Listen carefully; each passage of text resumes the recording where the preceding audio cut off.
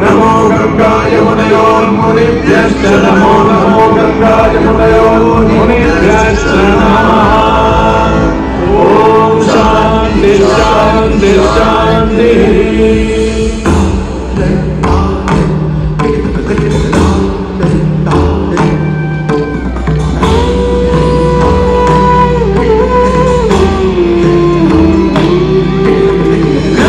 Mummy को है mummy को बुला लेकर। सूर्यो नक्षत्राणां यथाशक्ति तीर्थानामुत्तमं तीर्थं प्रयागाख्यमनुत्तमम्।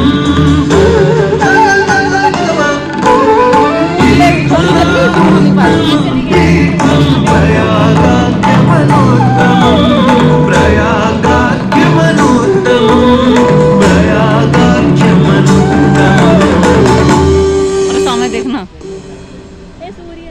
सूर्य ग्रहों में श्रेष्ठ है और चंद्रमा नक्षत्रों में श्रेष्ठ है। उसी प्रकार प्रयाग सभी तीर्थों में सर्वश्रेष्ठ है। पद्म पुराण में वर्णित ये श्लोक जिस तरह प्रयाग की विशेषता को दर्शाता है, उसी तरह इस पावन क्षेत्र का गुणगान करने वाली अनेक पौराणिक कथाएं, किंवदंतियां एवं कहानियां आज भी जनमानस में प्रचलित हैं। ऐसी ही एक पौराणिक कथा है जो भगवान ब्रह्मा को प्रयाग से जोड़ती है।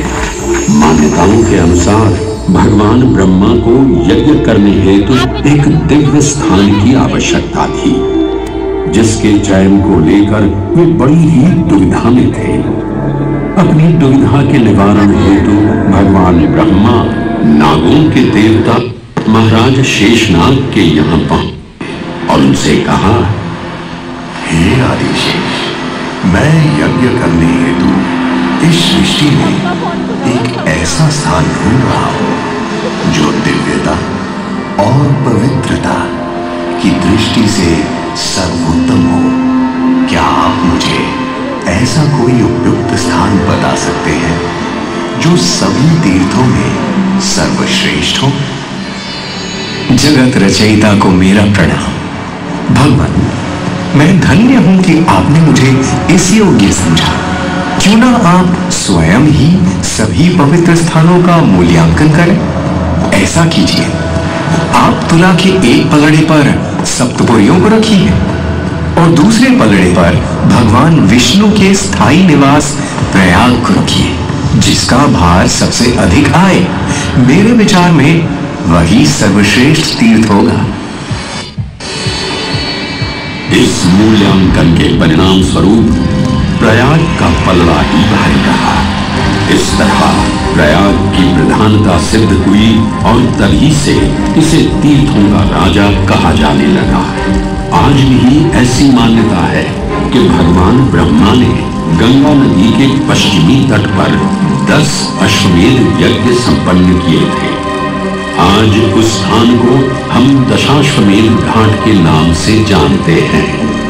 भगवान ब्रह्मा के अलावा इंद्रदेव, वरुण देव एवं सोमदेव ने भी प्रयाग क्षेत्र में ही भगवान विष्णु की आराधना करने हेतु यज्ञ किए थे, जिससे उन्हें भी श्री हरि का आशीर्वाद प्राप्त हुआ। प्रयाग शब्द में प्र का अर्थ है प्रकृष्ट और आग का अर्थ होता है यज्ञ। इसलिए इन दो शब्दों से बना प्रयाग सबसे पवित्र स्थान माना जाता है। प्रयाग ही संसार में एकमात्र ऐसा पावन क्षेत्र है जहां 3 पवित्र नदियों का संगम होता है। इस संगम का भी एक अनूठा महत्व है।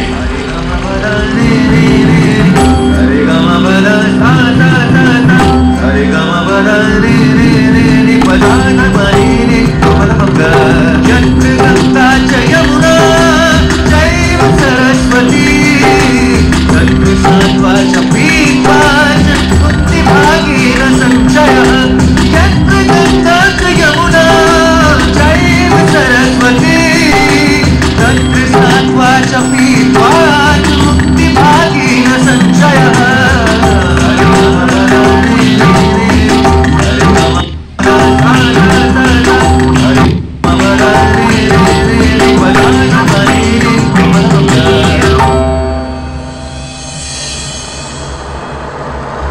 प्रयाग में गंगा, यमुना और सरस्वती जैसी 3 सबसे पवित्र और पूजनीय नदियों का दिव्य संगम होता है।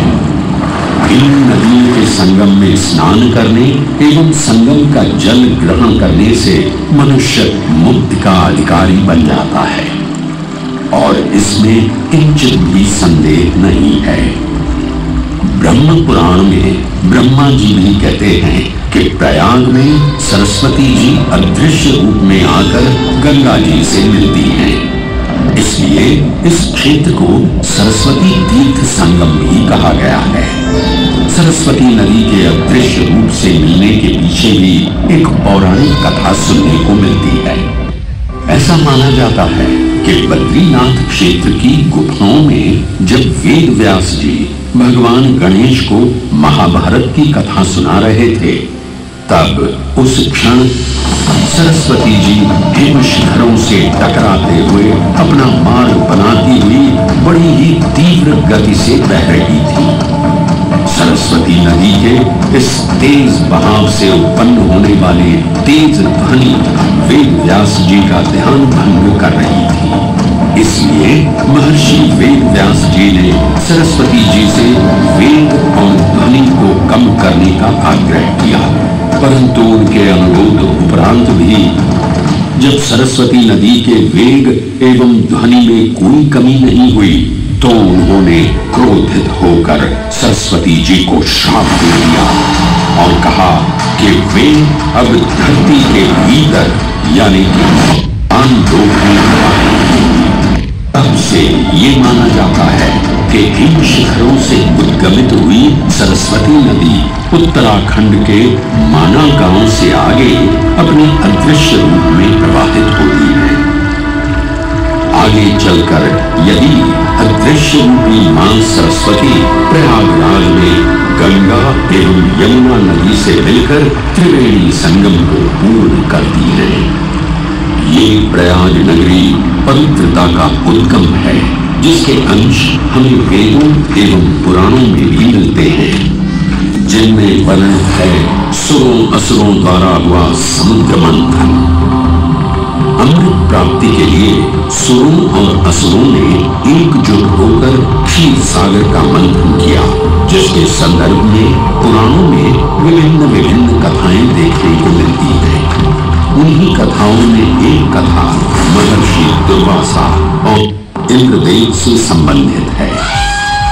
इस कथा के अनुसार ऋषि दुर्वासा ने इंद्रदेव से प्रसन्न हो उन्हें पारिजात पुष्पों की एक दिव्य माला भेंट की, जिसे इंद्रदेव ने साधारण पुष्पों की माला समझ स्वयं धारण न कर उसे अपने वाहक गजराज ऐरावत के मस्तक पर रख दिया। पल भर में गजराज ने वो माला धरा पर गिरा उसे अपने पैरों तले रौंद दिया। ऋषि दुर्वासा से ये अपमान सहन न हुआ और उसी क्षण क्रोधित हो उन्होंने इंद्रदेव को श्राप दे दिया। हे अहंकारी इंद्र, तेरा इतना दुस्साहस कि तूने मेरा अपमान किया। जिस वैभव एवं शौर्य पर तू इतरा रहा है, क्षण भर में ही तेरा ये वैभव, प्रतिष्ठा, शक्तियां सब नष्ट हो जाएंगी। मैं अत्रि पुत्र दुर्वासा समस्त देवगणों को श्रीहीन होने का श्राप देता हूं।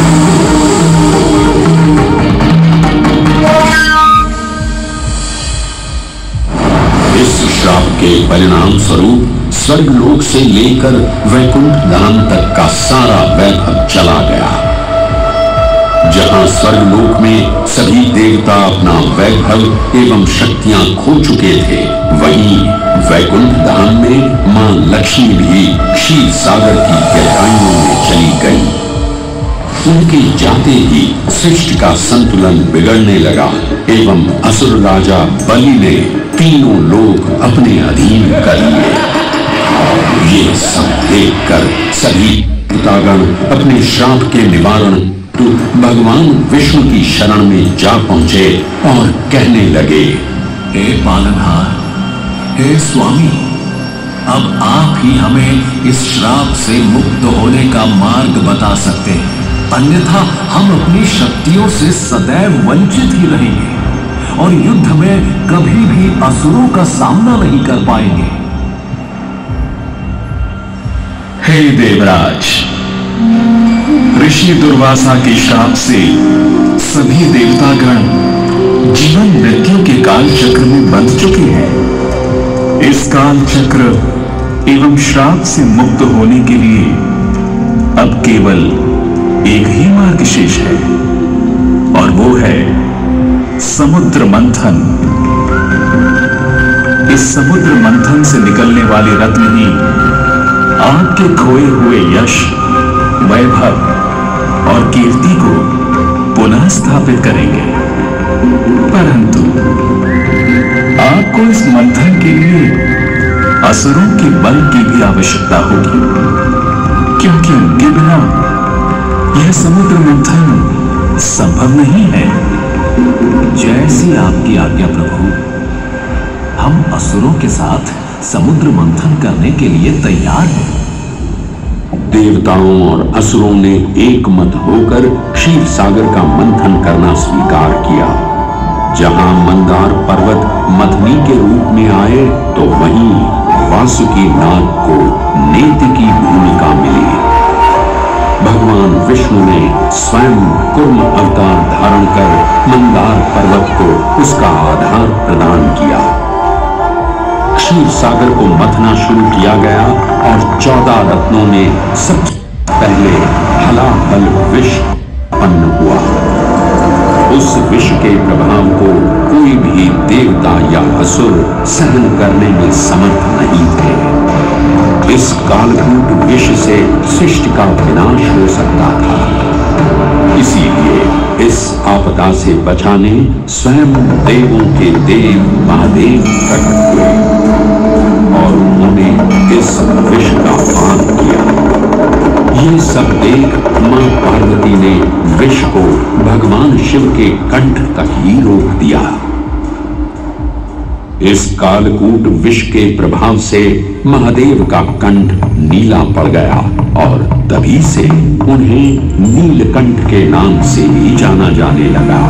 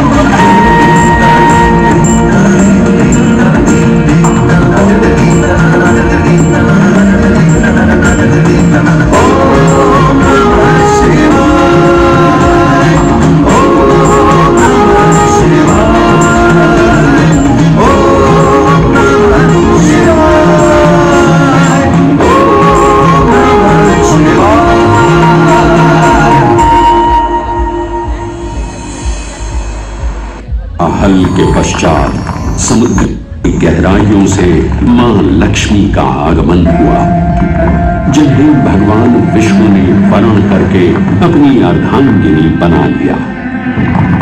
इसके पश्चात समुद्र मंथन से एक एक कर कामधेनु गाय, पारिजात वृक्ष, चंद्र, कल्प वृक्ष, अपार सुंदर अप्सराएं, गंधर्व, शंख, उच्चैःशवा, वारुण एवं कौस्तुभ मणि जैसे अनेक रत्न उत्पन्न हुए। लेकिन सभी को जिस रत्न की सबसे अधिक प्रतीक्षा थी, उस रत्न का निकलना अभी बाकी था। अंततः आयुर्वेद के देव धन्वंतरी अपने हाथ में अमृत कुंभ लिए प्रकट हुए।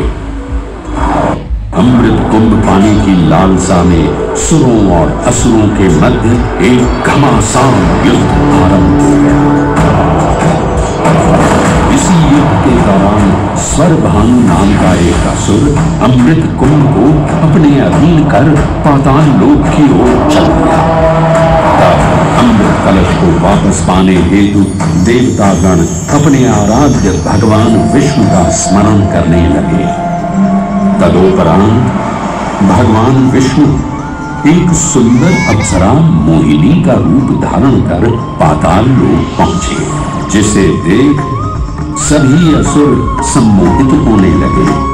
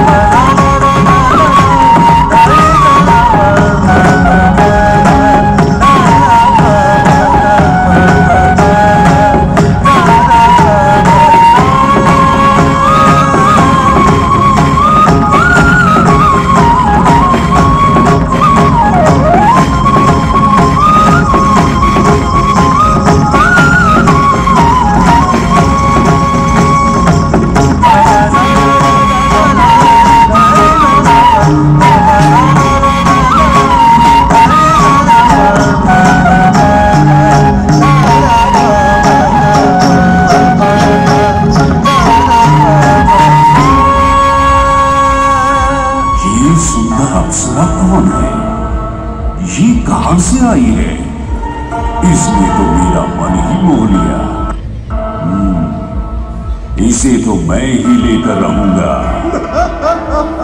इस सुंदर अप्सरा ने तो हम सबको सम्मोहित कर लिया है।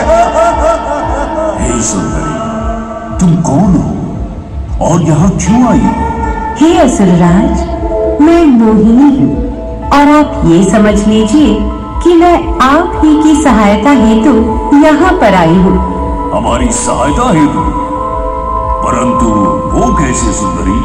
मैं आपको ये ज्ञात कराने आई हूँ कि अमृत की असली शक्ति और गुण तो कलश के तल में विद्यमान है, जबकि ऊपर तो केवल जल मात्र है, जिसके ग्रहण करने से ज्यादा कोई लाभ न होगा। आप सभी इस अमृत को देवताओं के साथ बांट लीजिए। आखिर आप सभी ऋषि कश्यप के ही तो पुत्र हैं। देवताओं के साथ अमृत बांटने से एक तो आपका वैभव बढ़ेगा और दूसरा जो अमृत का फलदायक भाग है उसे आप ही ग्रहण कर सकेंगे।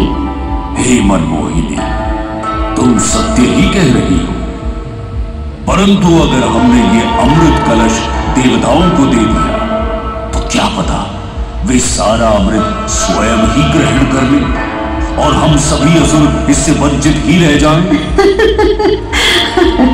आप निश्चित रहिए, ऐसा कदापि नहीं होगा। मैं स्वयं ही सभी सुरों और असुरों को अमृत पान करवाऊंगी और साथ ही साथ ये सुनिश्चित भी करूंगी कि अमृत का फलदायक भाग आप सभी को ही प्राप्त हो। बस फिर क्या था, भगवान विष्णु की अपरंपार लीला आरंभ हुई। जहां एक ओर सभी देवतागण विराजे तो वहीं दूसरी ओर सब असुर। मोहिनी रूप धारण भगवान विष्णु एक एक कर सभी देवताओं को अमृत पान करवाने लगे, जिससे वे पुनः अपनी शक्तियां प्राप्त कर सकें। परंतु स्वरभानु नाम का असुर जल्द ही भगवान विष्णु की ये चालाकी भांप गया और चुपचाप देवता वेश धारण कर उन्हीं के बीच में जाकर विराजमान हो गया। तब जैसे ही मोहिनी स्वरभानु को अमृतपान कराने हेतु अग्रसर हुई, ठीक उसी क्षण सूर्य एवं चंद्रमा स्वरभानु का असली रूप पहचान गए। ये ज्ञात होते ही भगवान विष्णु अपने मूल रूप में परिवर्तित हो गए और अपने सुदर्शन चक्र से स्वरभानु का सिर धड़ से अलग कर दिया। परंतु तब तक अमृत की 2 बूंदें स्वरभानु के कंठ से उतर चुकी थी, जिस जिसके चलते वो अमरत्व प्राप्त कर चुका था। इस तरह स्वरभानु के कटे हुए सिर के भाग को राहु का नाम मिला और धड़ को केतु के नाम से जाना जाने लगा। माना जाता है कि प्रतिशोध की ज्वाला में ज्वलित राहु एवं केतु सूर्य एवं चंद्रमा पर ग्रहण लगाते हैं। इस प्रकार सूर्य और चंद्र पर ग्रहण लगना राहु और केतु का प्रतिशोध माना जाता है। भगवान विष्णु की ये लीला देख सभी असुर अचंभित हो उठे। इससे पहले कि वे कोई प्रतिक्रिया दे पाते, भगवान विष्णु के वाहन पक्षीराज गरुड़ ने शीघ्रता अमृत कलश को उठा लिया और अपने साथ लेकर स्वर्गलोक की ओर उड़ चले। कहते हैं पक्षीराज की इस यात्रा के दौरान पृथ्वी पर 4 जगह अमृत की कुछ बूंदें छलक कर गिर पड़ी थी और इन बूंदों से उन नगरों की नदियों के पानी में अमृत जैसे गुण आ गए थे। वे 4 स्थान हरिद्वार, प्रयाग, उज्जैन एवं नासिक हैं और यही कारण है कि इन 4 नगरों में कुंभ का पर्व मनाया जाता है। ऐसी भी मान्यता है कि एक दिव्य दिवस एक सांसारिक वर्ष के बराबर होता है और पक्षीराज गरुड़ की यात्रा में 12 दिन लगे थे। इसीलिए हर 12वें वर्ष में कुंभ पर्व मनाया जाता है।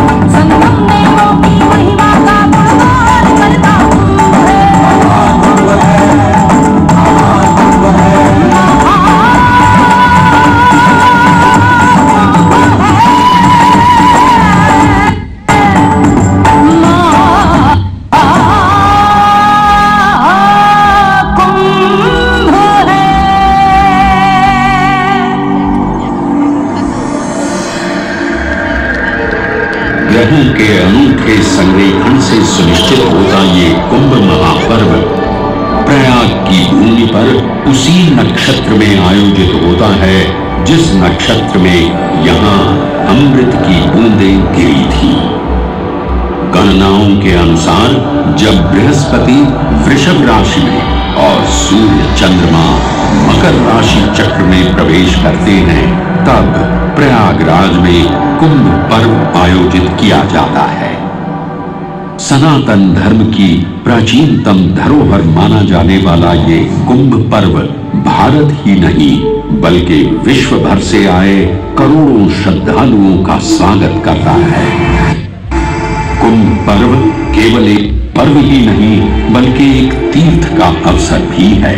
जहां लाखों करोड़ों श्रद्धालु कल्पवास के नियमों का पालन करते हैं। पौष पूर्णिमा से लेकर माघ पूर्णिमा तक चलने वाले कल्पवास के दौरान तीर्थालु सांसारिक सुखों को त्याग कर तपस्वी संतों की तरह कुटिया में रहते हैं। उनकी दिनचर्या ब्रह्म मुहूर्त में गंगा स्नान से शुरू हो संध्या वंदना और भजन कीर्तन जैसे आध्यात्मिक कार्यों के साथ रात्रि तक समाप्त होती है। श्रद्धालु दिन में केवल एक ही बार भोजन ग्रहण कर मानसिक रूप से धैर्य, अहिंसा और भक्ति भाव में लिप्त रहते हैं। ऐसी मान्यता है कि जो कल्पवास मोक्ष की अभिलाषा लिए कुंभ पर्व में कल्पवास के नियमों का पालन करते हैं, उन्हें मोक्ष अवश्य ही प्राप्त होता है। पारंपरिक रूप से इस आध्यात्मिक पर्व की औपचारिक शुरुआत का श्रेय 8वीं शताब्दी के हिंदू दार्शनिक और संत आदि शंकराचार्य को दिया जाता है। उन्होंने न केवल 4 पवित्र मठों पुरी, श्रृंगेरी, द्वारका और बद्रीनाथ की स्थापना की थी, बल्कि सन्यासी परंपरा को जीवित रखने हेतु 10 सन्यासी व्यवस्था का प्रबंध भी किया था, जिसके अंतर्गत निर्वाणी, अटल, निरंजनी, आनंद, जूना, आवाहन और अग्निसात नामक 7 अखाड़े निर्मित हुए। आदि शंकराचार्य का उद्देश्य शास्त्रों के ज्ञान को आपस में साझा कर सनातन धर्म के दार्शनिक आधारों को सुदृढ़ और परिपक्व करना था। अतः धर्म की सभी शाखाओं को संगठित रखने हेतु आदि शंकराचार्य ने प्रयाग की भूमि पर कुंभ पर्व को पुनः आयोजित किया। आज के इस दौर में कुंभ पर्व की महत्ता का अनुमान इसी बात से लगाया जा सकता है कि यूनेस्को द्वारा मानवता की अमूर्त सांस्कृतिक विरासत की प्रतिनिधि सूची में इस पर्व को शामिल किया गया है।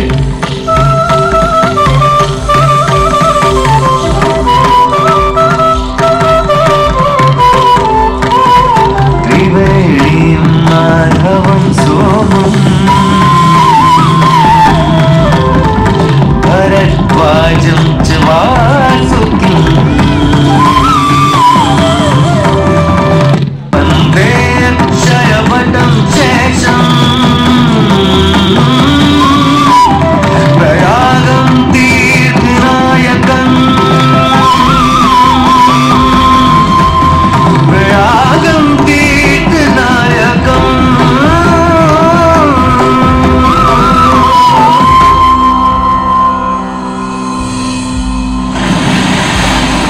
त्रिवेणी, माधव, सोम, भरद्वाज, वासुकी, अक्षयवट और शेषनाग, प्रयाग के इन 7 तीर्थ नायकों की हम वंदना करते हैं, परंतु उक्त 7 तीर्थ नायकों में वेणी माधव का ही प्रमुख स्थान है।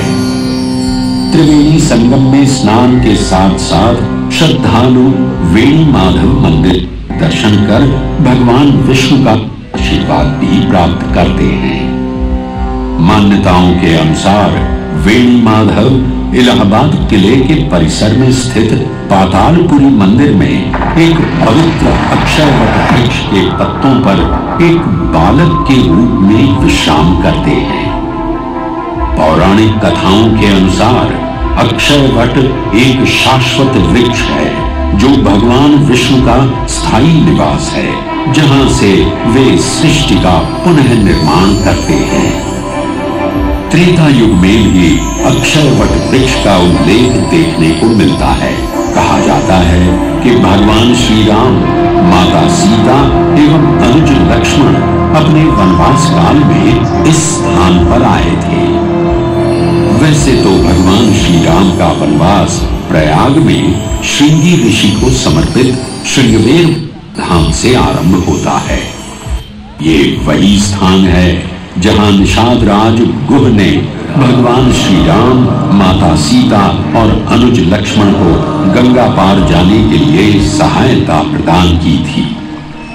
श्रृंगवेरपुर से प्रभु श्री राम ऋषि भरद्वाज के आश्रम पहुंचे थे।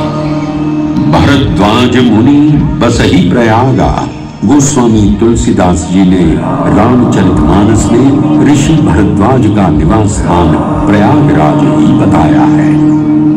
ऋषि भरद्वाज से त्रिवेणी संगम की महिमा सुन प्रभु श्री राम, माता सीता और अनुज लक्ष्मण त्रिवेणी संगम में स्नान कर तीनों नदियों का आशीर्वाद प्राप्त करते हैं। इसी कड़ी में एक प्रचलित कथा के अनुसार संगम तट पर ही माता सीता ने प्रभु श्री राम से महादेव और परम शक्ति मां पार्वती की आराधना करने की अपनी मनोकामना को व्यक्त किया था, जिसके उपरांत प्रभु श्री राम ने यमुना तट पर भगवान भोलेनाथ और मां पार्वती को समर्पित एक मंदिर का निर्माण करवाया था, जिसे आज हम मनकामेश्वर मंदिर के नाम से भी जानते हैं। त्रेता युग में स्वयं प्रभु श्री राम ने माता सीता के साथ इसी मंदिर में भगवान शिव एवं मां पार्वती की पूजा अर्चना कर उनसे आशीर्वाद प्राप्त किया था। महादेव के इस प्राचीन मंदिर से अगर थोड़ा आगे चले तो उन्हीं के अंशावतार पवनपुत्र हनुमान जी का मंदिर भी विद्यमान है।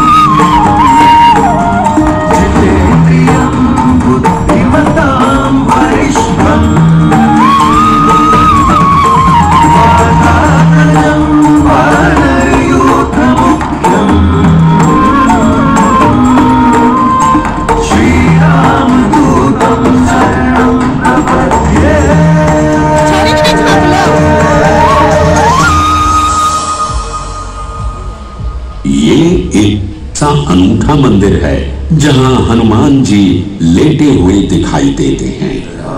प्रचलित कथाओं की माने तो हनुमान जी के आदेशानुसार बाघंबरी बाबा को इस तट पर उत्खनन करते समय हनुमान जी की एक दिव्य मूर्ति प्राप्त हुई, जिसके फलस्वरूप आज यहाँ बड़े हनुमान जी का मंदिर विद्यमान है।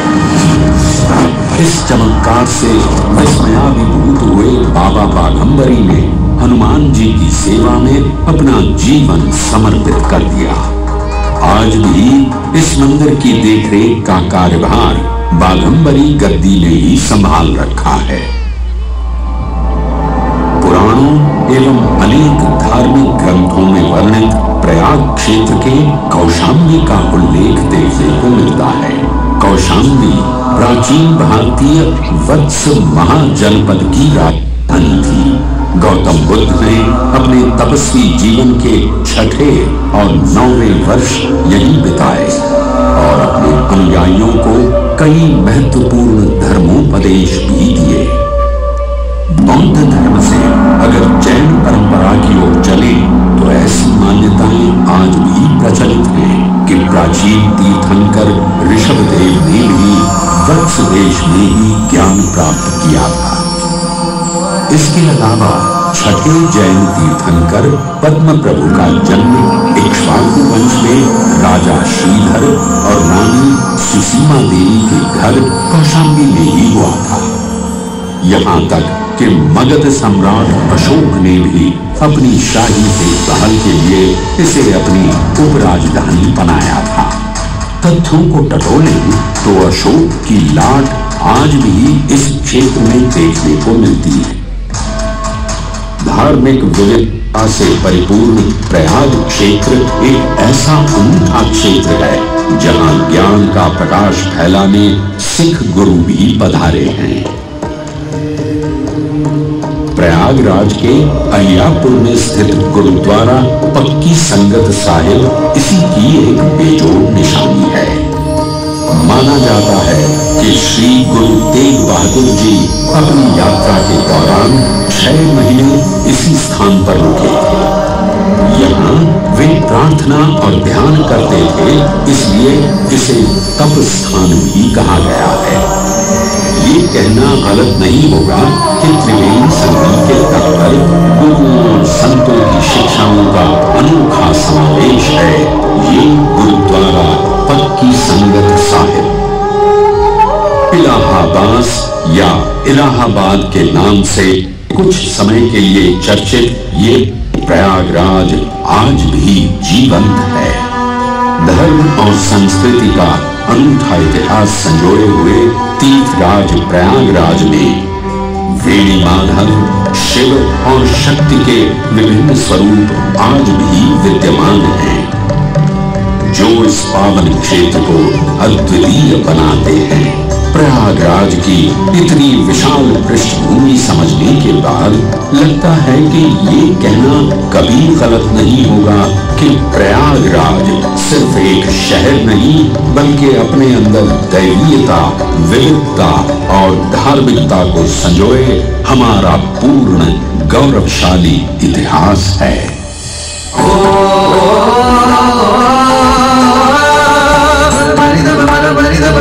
sa sa sa sa sa